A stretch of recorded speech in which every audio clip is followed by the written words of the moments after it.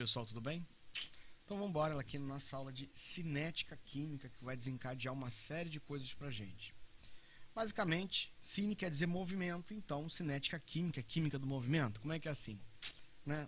Na realidade, a gente está tratando da velocidade que uma reação se processa. Tá? Já tem até alguns autores mais modernos que não gostam muito do termo velocidade, né? Já que não ocorre um deslocamento, né? O tubo de ensaio não sai correndo. Então tem muitos autores que têm utilizado, autores mais modernos, o termo rapidez de uma transformação, que seria o mais adequado. Então a cinética química estuda isso, por que algumas reações são lentas, por que outras são rápidas, outras são instantâneas, como uma relação aquosa lá de ácido-base, mas você tem a reação de fermentação que é super lenta de acontecer, demora um tempão. Por que isso acontece? Quais são os fatores que rolam isso daí? Então a gente vai estudar isso agora. Em primeira mão, já vou deixar claro que algumas reações na química elas são muito propensas ao estudo da cinética. Por quê? São reações visuais.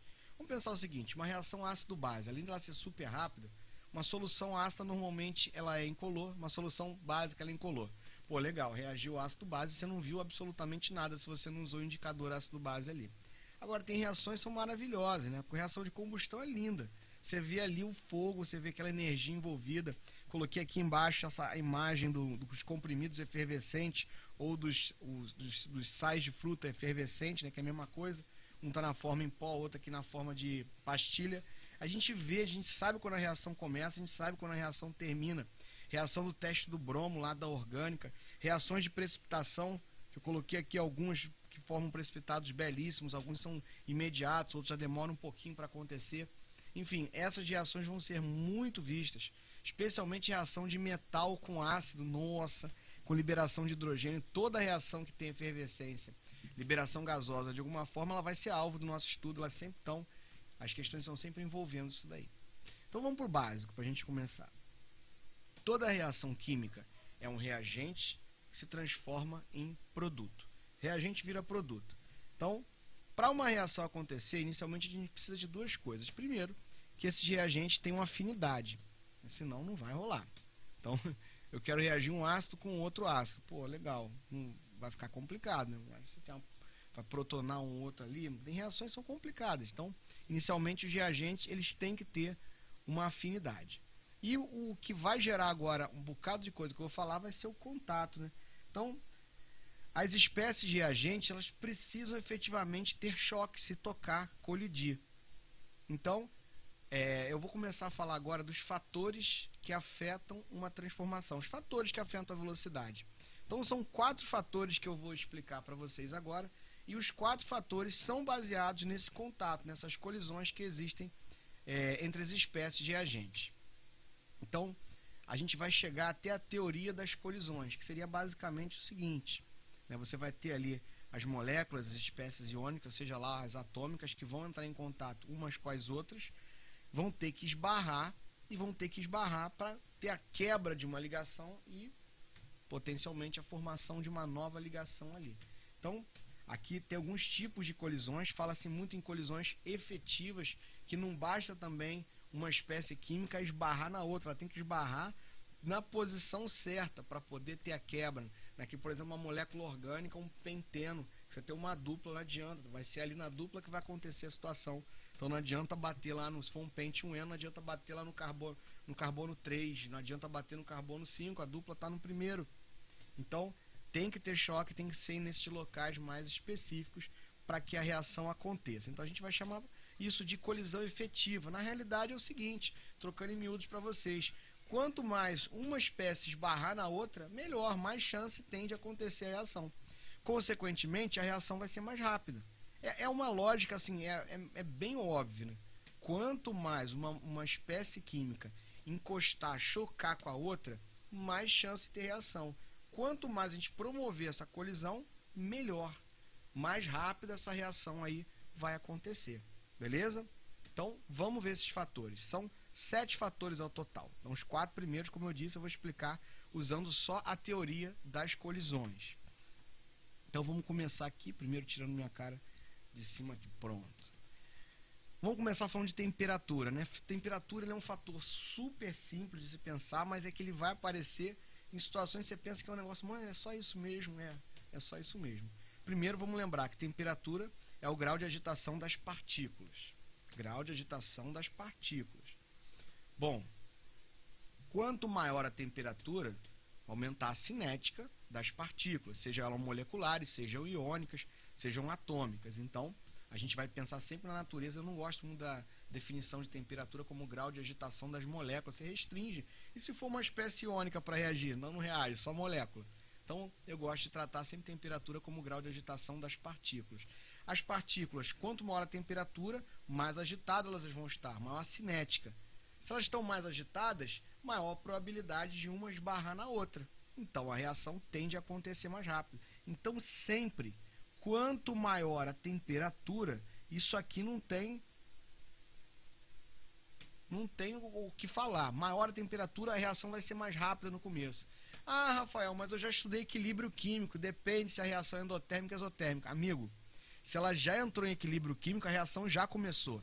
Aqui a gente está tratando do quê? Do início da reação. A gente só está conversando sobre reagente, vai virar produto, produto é consequência, a gente está preocupado com reagente. Então, no início, a reação sendo endotérmica ou exotérmica, mais quente vai ser mais rápido. Depois que ela entrar em equilíbrio, aí a gente vê essa história daí. Mas no início, aumento de temperatura sempre vai privilegiar, vai aumentar a velocidade da reação. Beleza? Tá? Deixa equilíbrio. Tanto é que equilíbrio tem que ser estudado depois que a gente estuda a cinética, para ele poder fazer sentido. Senão, você vai perder algumas coisas aí. Né? Lá em Le Chatelier, aquela coisa toda muito bacana, a gente vai ver depois dessa aula. Então, primeiro você precisa entender isso. Quanto maior a temperatura, mais rápida a reação. Aí depois a gente trabalha. Aí você deve estar estranhando que eu coloquei ali fotos de um freezer, né? Cheio de, aparentemente, ali polpa de fruta, sei lá. No segundo ali tem umas carnes ali congeladas. Aí a pergunta bem básica que eu vou fazer a vocês, que parece meio óbvia, é por que a gente guarda os alimentos no freezer, no congelador, né? Por que a gente congela os alimentos? A resposta vai ser bem simples, para conservar. Como assim conservar? Vamos lá, a gente vai fazer alguma coisa, vamos fazer um churrasco esse final de semana. Então, beleza, vai comprar as carnes, vai guardar até nesse final de semana, tá ótimo. A gente vai fazer um churrasco daqui a 6 meses. Eu vou pegar uma promoção, estou no supermercado hoje. Não, aí a carne, 6 meses congelada, guardada, não vai ficar horrorosa, né? Então, o alimento, ele tende a sofrer uma reação de degradação. Ele vai se degradar, ele vai estragar, né, que a gente chama. Então, o que a geladeira faz, na realidade? O que o freezer faz? Você diminui a cinética desse estragar do seu alimento. Então, quando você guarda alguma coisa dentro da geladeira, você está o quê? Baixando a cinética para você retardar uma reação. Você não quer que ela aconteça tão rápido. Então, por isso que a gente guarda um alimento no freezer. Você está retardando uma reação que venha a acontecer ali. Você não quer que aconteça, mas ela vai acontecer. Por isso que eu falei, você vai fazer um churrasco, vai comprar carne para o churrasco daqui a 1 ano. Você não vai fazer isso daqui a 6 meses. Não. A gente guarda no máximo para 1, 2, 3 finais de semana estourando. Mas do que isso aí começa a carne ficar já com sabor estranho, né? Começa já a sofrer algumas reações que nós não desejamos. Então, o freezer da sua casa, o congelador lá da sua geladeira, ele na realidade ele é um retardador de reações. Então, a gente está discutindo cinética quando se guarda um alimento na geladeira. Você está reduzindo a temperatura para poder aquele alimento ficar guardado por mais tempo. Viu que legal? Esse fator sempre aparece em prova, não? Guarda a geladeira para conservar. Conservar como? Viu como é que é simples? Tem a ver com as colisões? Tudo a ver. Você baixa a temperatura, diminui a cinética, então o seu alimento vai poder ficar guardado por mais tempo. Pressão dos gases, especialmente dos gases, né? Quanto maior a pressão você exercer em cima de um gás, você vai aumentar a cinética dele de alguma forma, então vai aumentar o número de colisões. Então, quando a gente trata num sistema de gasoso, quanto maior a pressão, também vai acelerar a reação. A mesma ressalva vou deixar aqui. Nós não estamos vendo ainda o equilíbrio. A reação está começando agora. Quando a reação, você quer que a reação comece, você tem que aumentar a pressão. Ah, mas aí tem o número de volumes de reagente produto é diferente. Eu estudei isso aí em Le Chatelier equilíbrio. Depois que a reação entra em equilíbrio. Por enquanto ela está começando. Se ela está começando agora, a gente sempre aumenta temperatura e pressão, né? Tinha um professor na faculdade que, pô, muito bacana. Ele falou assim, não acontece? Aumenta a temperatura e a pressão lá para ver se não acontece, né? Quando você aumenta a pressão e a temperatura, a reação, coisas que você não espera acabam acontecendo, tá? Então, pressão e temperatura são muito importantes, eles sempre vão acelerar esse processo. Concentração dos reagentes. Repara que aqui tá bem direto, né? Bem focado. Reagente, eu não botei concentração de produto. A ideia é o seguinte, quanto mais reagente houver, maior a chance de um esbarrar no outro. Então, maior a chance de esbarrar no outro, maior a chance da reação acontecer. Aqui eu coloquei um tubinho de ensaio, uma foto, eu não consegui uma melhor. Aqui a gente tem o zinco reagindo com ácido clorídrico. Gente, essa reação aqui, ela parece que foi feita para cinética. Impressionado como que ela sempre aparece em questões. E essa reação ela vai dar um sal, que é o cloreto de zinco, e vai dar gás hidrogênio. Lembra que eu falei no começo? Essas reações visuais, né? Você põe para fazer e você tá vendo. Você vê quando ela começa, você vê quando ela termina. Elas são muito boas para o estudo da cinética. Então, você vê quanto mais aquela quantidade de gás hidrogênio começa, você sabe que ela está muito rápida. E a gente pode medir, né? Você pega um cronômetro, você mede o tempo ali, você mede a velocidade numa boa. Quanto mais zinco ou quanto mais ácido clorídrico você tiver ali, é muito comum essa questão, o cara trabalhar com uma solução de ácido clorídrico. Ó, tem uma aqui que está 1 mol por litro e a outra está 2 mol por litro. Qual vai ser mais rápida? A que está mais concentrada sempre. Repara que ele vai discutir a quantidade de zinco e a concentração de ácido clorídrico. Ele não vai discutir o sal nem o hidrogênio, porque a gente está interessado no início. Isso aqui vai ser consequência. Formação do sal e do gás hidrogênio, ele vai ser uma consequência da reação que já ocorreu. Ah, então eu vou colocar mais gás hidrogênio. Não, não vai adiantar nada. A gente está aqui no início da reação. Então, quanto mais reagente houver, mais chance de ter colisão. Uma proporção boa dos dois ali ia ser ideal. Então, ó, temperatura, pressão, concentração de reagente, eu dou volta e caio no mesmo lugar. Colisão. Quanto mais colisões existirem, melhor. Por quê? Maior chance de ter reação. Beleza? Então fica atento a esse exemplo que eu coloquei aqui. Ele vai acontecer, inclusive ele também pode discutir temperatura, né? Peguei um tubinho de ensaio, botei a 20 graus e outro a 30 graus. O que está a 30 graus vai, obviamente, acontecer mais rápido. Ah, mas se um eu botar a 30 graus e uma concentração menor, outro a 20 graus e uma concentração maior? Essa é uma pergunta muito importante, porque aí eu estou mexendo em duas variáveis. Não posso chegar aqui agora, ser leviano, e falar assim, pô, não, ó, essa aqui é mais importante do que essa. Depende, você vai ter que analisar a questão. Geralmente eles não vão te colocar numa sinuca de bico dessa, né? Para, pô, qual é melhor?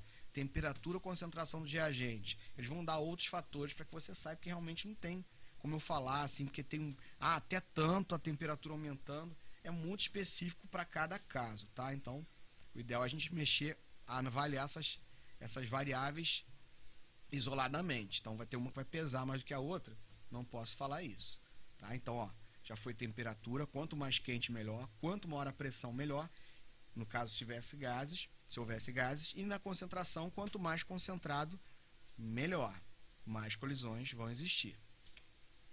E o quarto, que é o último que eu vou explicar com colisão, que eu acho que esse aqui é um dos mais famosos, ele é um chavão de prova, ele cai em tudo que é prova de qualquer tipo, superfície de contato ou área de contato, que alguns autores preferem, ele é fantástico.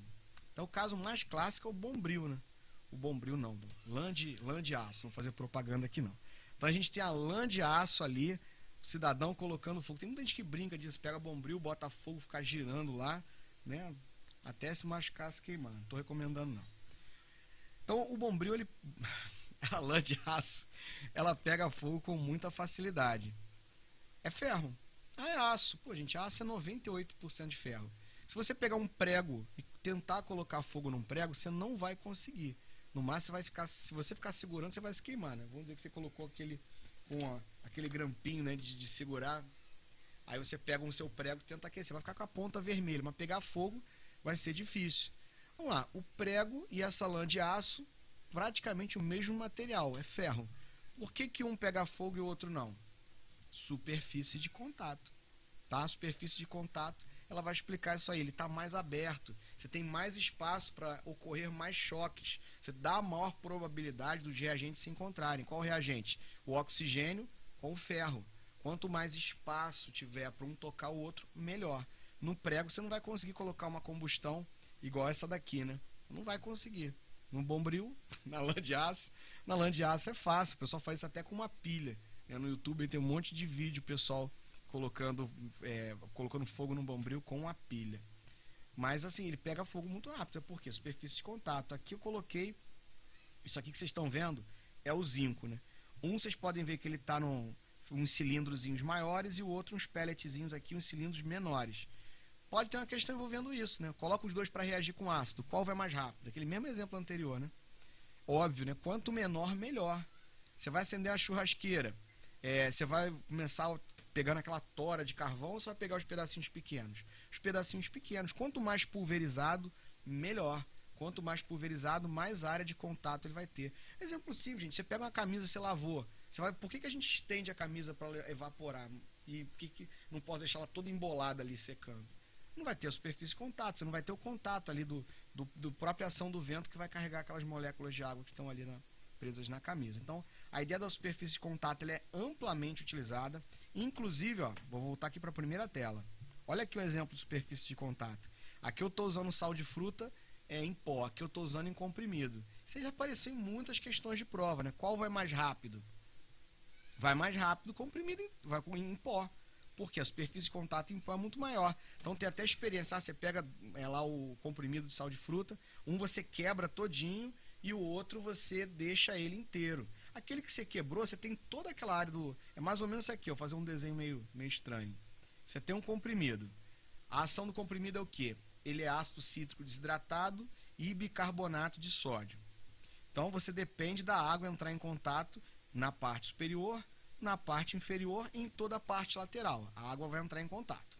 Até aí beleza, né?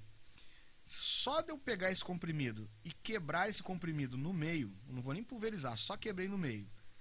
Pensa aqui com o tio Rafael. Você continua tendo as mesmas áreas que você tinha. Você tem a de cima, a de baixo e a lateral. Só que agora você ainda ganhou uma área interna que você não tinha para a água entrar. E cada vez que você quebrar esse comprimido, você vai tendo mais área de ataque, né? Mais água vai atuar em cima desse comprimido, ele vai mais rápido. Então, uma experiência que sempre aparece em prova. Fica atento a essa do comprimido, tá? Aí que acontece? O bicarbonato vai gerar os íons de bicarbonato, vai reagir o ácido cítrico que estava desidratado, vai se hidratar e vai liberar H+ no meio. Esse H+ vai reagir com bicarbonato, formando o ácido carbônico. O ácido carbônico, por sua vez, é um ácido super, mega, ultra fraco. Ele vai se decompor sozinho em água e gás carbônico. E é por isso que você vê esse desprendimento gasoso dos comprimidos efervescentes. Então, na realidade, você está vendo ali gás carbônico indo embora. Quanto mais quebradinho tiver, mais rápido vai. Mais bicarbonato fica livre, mais ácido reage com bicarbonato, formando esse gás aqui, o gás carbônico. Todos os carbonatos reagem com ácidos, né? Aquela história. O pessoal usa para desentupir pia também, né? O pessoal joga bicarbonato dentro da pia, joga ali o vinagre, por exemplo, o limão, e fecha. Aí gera aquele gás, empurra, teoricamente desentope ali só. Vamos voltar aqui. Então eu estava aqui em concentração, área de contato, a superfície de contato ou área de contato. Bom, esses 4 primeiros, dos 4 com certeza a superfície de contato é o que mais vocês vão ver. Para eu explicar os outros 3, a gente vai precisar agora de uma outra situação. O que a gente vai precisar? Deixa eu primeiro tirar minha imagem daqui de cima. Olha o gráfico que eu coloquei aqui. Se você já passou por cinética, então o que está ocorrendo aqui? Reagente vira produto. A gente tem 2 situações. Ou o reagente ele vai virar um produto com energia, calor interno, a entalpia maior que a dele, ou menor. Aí a gente tem um gráfico onde vai ter, aqui na câmera está ao contrário, vou fazer assim. Então aqui a gente tem o reagente e aqui o produto. Se o reagente vai se transformar em alguém com energia muito maior, ele vai ter que ganhar, então é endotérmico. Se for o contrário, aqui ó, o reagente está com uma energia, não, opa, tá assim, esse aqui é o reagente, agora o reagente subiu. Se o reagente vai se transformar num produto com energia menor, ele vai precisar se livrar, então é exotérmico. É aquela mesma situação, só que até a termoquímica, olha aqui, você se preocupa, o reagente vendo no processo, você está vendo que tem alguma coisa aqui entre o reagente e o produto. A gente não se preocupou com isso na termoquímica, você só queria saber reagente gerando produto ou indo para um estado maior ou estado menor. Na termoquímica estava interessado aqui, até coloquei aqui, ó, o ΔH, variação da entalpia. Na termoquímica, nós somos calculadoras humanas de variação de entalpia, de ΔH. Calculo ΔHI, lei de Hess, calculo ΔH, energia de ligação, calculo ΔH. Você é um calculador de ΔH ali de todos os tempos. Na cinética, você vai ter uma outra preocupação. Você nem vai ficar tão preocupado assim se a reação é exotérmica ou endotérmica. Esse gráfico que está aí na tela é um gráfico endotérmico, né? Os produtos estão indo por uma quantidade superior de energia. Aqui não está aparecendo, tá? Aqui é energia. Calorzinho aqui. Beleza. Quando o reagente vira produto, muita coisa acontece aqui entre o céu e a terra, entre os reagentes e os produtos, e a gente acaba não vendo. Tem que analisar o seguinte, pessoal. Os reagentes, na realidade, a gente está quebrando ligações e nos produtos elas estão sendo formadas. Essas reações, elas muitas vezes acontecem em muitas etapas e a gente nem sabe, a gente só vê o produto final. Então, acontecem muitas coisas. É mais ou menos o que eu adoro dar esse exemplo, né? Lego.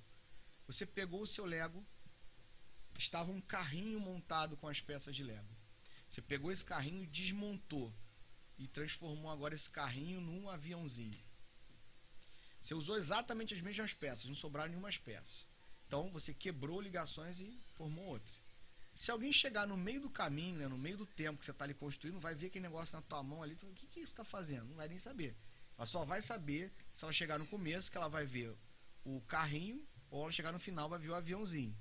Então, nas reações químicas acontece isso. A gente tem o meio do caminho, aquele cara que não é nem um reagente, o produto, é aquele estado ali de meio, de transição. Então, a gente tem uma espécie, né, o complexo ativado, que é um complexo muito energético, você tem ligações ali já fragilizadas, uma energia muito alta. Então, independente da reação ser exotérmica ou endotérmica, eu vou ter que alcançar essa energia alta. E se essa energia não for alcançada, a reação simplesmente não acontece. Então, essa energia é mínima para ela começar a acontecer. Essa energia é chamada de energia de ativação. Vocês vão ver sempre esse morrinho aqui, né? Esse morrinho energético. O reagente para virar produto, seja ele de uma reação endotérmica, aqui eu já coloquei, ó, o gráfico exotérmico agora, ó, endotérmico, exotérmico. Nos dois a gente tem o morrinho, tá vendo? Não tem preconceito. Vai acontecer nos dois casos. Vamos trabalhar com esse aqui endotérmico mesmo. Então, a energia de ativação ela vai sempre da base do reagente até o topo do morrinho. Se fosse um gráfico desse aqui exotérmico, ela vai da base do reagente até o topo do morrinho. No gráfico exotérmico, já deu para perceber que a energia de ativação ela é um pouco menor, né? Porque desconta. Mas a ideia é que ela existe, você vai ter que vencer. Se não vencer essa energia de ativação, a reação não acontece. Aí depois venceu, beleza, virou produto. E repara que essa energia de ativação ela podia estar lá aqui no topo da minha tela, como aqui embaixo, o ΔH não muda. Essa energia não vai ser menor que nunca que o produto, né? Ela vai estar aqui. Então essa energia de ativação ela é independente da termoquímica. Você pode tranquilamente terminar todo o estudo da termoquímica sem saber a energia de ativação. Por quê? Porque ele independe, não tem nada a ver. Ele pode estar alto, estar baixo, que ΔH continua o mesmo. Beleza? Tanto é que aqui, ó, num gráfico exotérmico, em módulo, o valor do ΔH é o mesmo, só vai mudar o sinal, né? Quando for produto menos reagente. Mas a ideia é essa. Bom, aí beleza, então tá. Toda a reação para acontecer precisa dessa energia de ativação, senão ela não rola. Essa aqui é a base. Então, por conta dessa energia de ativação, eu vou falar agora de 3 outros fatores que vão afetar uma reação, a velocidade, a rapidez de uma transformação. Então, vamos aqui falar de luz. Vou falar de 2 ao mesmo tempo. Luz e eletricidade. Por que alguns frascos de alguns produtos são dessa cor aqui, âmbar, né? Isso aqui é muito comum, frascos de bebida, alguns frascos de remédio. Em laboratório, a gente trabalha muito com frasco dessa cor. Por quê? Marrom é mais barato, âmbar é mais barato? Não. É porque esse frasco é um frasco escuro. Então, ele impede que a luz, né, a radiação do sol, radiação ultravioleta, atinja ali o meu meio. Então, por exemplo, eu tenho um reagente, ou tenho um medicamento, ou eu tenho uma bebida dentro de uma garrafa, eu não quero que ela sofra transformação. Eu quero que ela fique o máximo possível preservada. Então, por isso que as garrafas são escuras. Água oxigenada, né, vai ser uma reação que vocês vão ver muito. Água oxigenada, você vai na farmácia comprar, tem frasco azul escuro, frasco marrom, frasco verde escuro, justamente para impedir a incidência de luz. Comprimidos, vem um negócio prateado ainda, para evitar a luz ali entrar, a luz ela vai alterar, é óbvio, né? Você pinta a sua casa de verde escuro, uma cor bem escura, que pegue sol o ano inteiro, você vai perceber isso claramente. No final de um ano, você vai ver que a sua parede já não está mais da mesma cor, né? A radiação ultravioleta ela é tensa, ela vai fazer com que essa reação, pelo menos de degradação ali do pigmento, ocorra muito mais rápido. Então a luz é um fator que vai afetar. Eletricidade é outro. Então aqui embaixo eu coloquei um exemplo muito comum de prova, que deu um tiquezinho vermelho. Isso aqui é uma vela automotiva, aquela vela de carro, ela tem ali, olha que ela vai fazer o combustível queimar. Ali vocês estão vendo o cara conseguir uma foto no momento da explosão, que o combustível está entrando em contato ali, aí gera aquele feixezinho, né, aquela centelha, e essa centelha está dando energia para a combustão acontecer. Muito característico de filme, né? O cara vai, abre o gás e vê um cidadão, acende a luz, explode tudo, né? Se você tiver com aquele mau contato ali no interruptor, ele estiver centelhando, ele tiver gás escapando, tem grande chance disso acontecer. Acendedor de fogão, né? Hoje em dia, a maioria dos fogões ali, acendedor elétrico, você deixa o gás saindo, apertou ali, aí sai aquela centelha e faz com que a combustão se inicie e vai embora, vai liberando. Aí é uma combustão interessante, né? Que ela libera, ela é exotérmica, toda combustão orgânica ali é exotérmica, libera aquele calor e ela serve de energia de ativação para a reação continuar. Isso é muito barato. Então esses dois fatores são muito importantes, eletricidade e luz. Por quê? Porque eles são fornecedores de energia de ativação. E o último, e mais importante, eu deixei para o final, né? Esse aqui, ele é aliado com superfície de contato, gente, ele é um dos que mais aparece, né? Catalisador. O que o catalisador faz? Então, na realidade, é o seguinte, eu já botei um monte de vezes, que o reagente vira produto. Então, quando esse reagente vira produto, muitas coisas acontecem aqui no meio do caminho que a gente não sabe. Então, esse reagente, ele vai melhorar essa rota de reagente virando produto. Na realidade, ele faz isso. Então, o catalisador, ele não é consumido, ele não é um reagente, tanto é que termina a reação catalisador, teoricamente, ele é para se manter intacto, tá? Ele não é consumido. Se está sendo consumido, alguma coisa está acontecendo de errado na sua reação, porque senão ele seria um reagente como outro qualquer. Então o catalisador ele vai até interagir quimicamente, vai quebrar a ligação, mas depois ele volta, ele se restaura e ele vai facilitar o reagente transformar o produto. Com isso, ele vai mudar esse complexo ativo ou complexo ativado. Mudando esse complexo ativado, vai tornar um complexo ativado melhor, essa energia de ativação vai diminuir. Eu botei aqui até em verde, né? Ficou meio horroroso, mas dá para ver. Essa linha verde aqui está indicando que aqui está acontecendo a presença do catalisador. Então, se essa energia de ativação está baixando, então vai ser mais fácil essa reação acontecer. Logo, o catalisador, ele acelera o processo. Então, quando alguém perguntar para você o que é um catalisador, não sai gritando que ele acelera a reação. Na realidade, ele vai atuar na reação, ele não vai ser consumido, vai ser restaurado, ele vai ser fornecedor de elétrons, ou ele vai efetivamente reagir, mas ele assim não fala de cara. Na realidade, ele vai atuar nesse complexo ativo, ele vai atuar na energia de ativação, ele vai diminuir essa energia de ativação, fazendo com que essa reação aconteça mais rápido. Tem casos de espécies químicas que pioram a situação. São chamados os inibidores. Alguns chamam de catalisadores negativos, né, que vão atuar de forma contrária. Isso é interessante. De repente, né, o cara trabalha com um processo de fermentação lá, trabalha com vinho, ele quer que a fermentação seja mais lenta, ele pode usar ali um inibidor, um catalisador negativo, que alguns chamam. Beleza?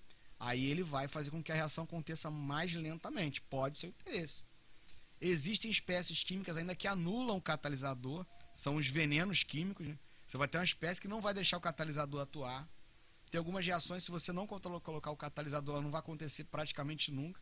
Isso é muito comum em essas colas que a gente compra, que vem duas espécies, tem que misturar, seja com massinha ou seja com líquido. Tem muitas colas diferentes. Se você não botar o catalisador, a tua cola não seca nunca. Algumas tintas também. Aí eu coloquei os exemplos mais comuns. Esse aqui é o mais comum de todos, gente. Aqui, ó. Água oxigenada. A água oxigenada, sozinha, ela se transforma em água e oxigênio. É uma reação lenta. Agora, na presença dessa enzima que tem no sangue, a catalase, ela vai acontecer muito rapidamente. Então você vê, então se o cara se machucou, jogou água oxigenada, você vê aquelas bolinhas e tá fervendo.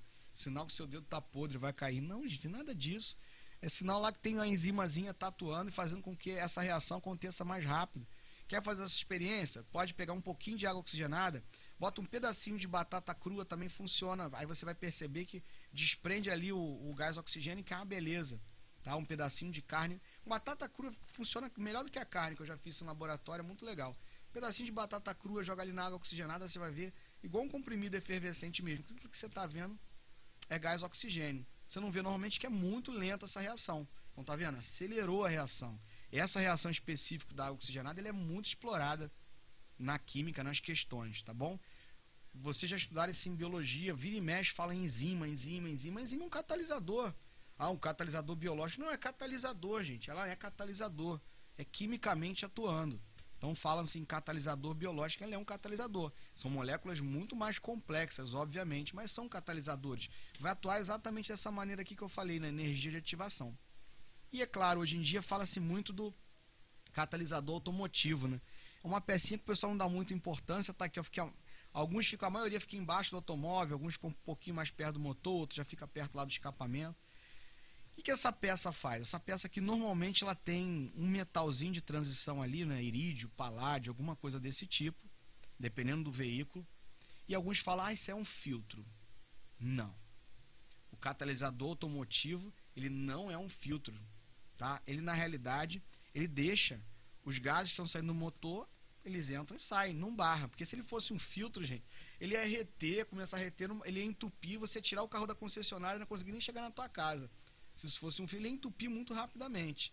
E um catalisador desse aí dura 70 mil quilômetros, se eu não me engano, até mais num veículo. Então o que esse catalisador faz? O motor, por melhor que ele seja, ele nunca consegue fazer uma combustão completa e acabam gerando gases indesejados, como o monóxido de carbono, por exemplo. Pode gerar ali alguns hidrocarbonitos, pode gerar compostos, os combustíveis ainda têm derivados de nitrogênio ali, enxofre não tem jeito, né? Ele vai sair poluindo mesmo, mas o nitrogênio na forma de NO, N2O, esse catalisador vai converter, por exemplo, um NO, um CO, em gás nitrogênio, saiu pequenininho, vocês não vão conseguir ver, em dióxido de carbono. Ah, qual é a vantagem de transformar esse cara nesse e esse nesse? Muda alguma coisa no funcionamento do veículo? Não. Tanto é que saiu, foi um item obrigatório aqui no Brasil, acho que a partir de 92, se eu não me engano. Tem um tanto tempo assim não. Isso aí vai converter os gases tóxicos em gases não tóxicos. Né? O nitrogênio, o gás carbônico vai atuar no efeito estufa, mas é muito melhor do que o monóxido de carbono, que é tóxico para o nosso sistema respiratório. Então, o catalisador automotivo, ele converte esses gases aqui para esses gases que não são tão agressivos ao ambiente. Impacto ambiental sempre rola. Então, esses gases aqui são melhores. Então tem muita gente que está com carro velho às vezes não quer gastar um catalisador desse, não é muito barato aí, 700, R$1.000, R$500. O cara vai e simplesmente tira, solda um tubo no lugar e o carro vai dar uma reguladinha ali na sonda lambda e o carro vai funcionar, que é uma beleza sem um catalisador. Mas se ele for pego isso, ele é multado. Pelo nosso Código de Trânsito brasileiro, ele tem que andar, ele tem que estar funcionando direitinho, por isso que às vezes em inspeção veicular o cara coloca lá uma sonda para ver como é que estão os gases saindo do seu carro, justamente por causa disso. Se o carro não tiver com catalisador, vai começar a sair muito gás tóxico, seu carro é reprovado.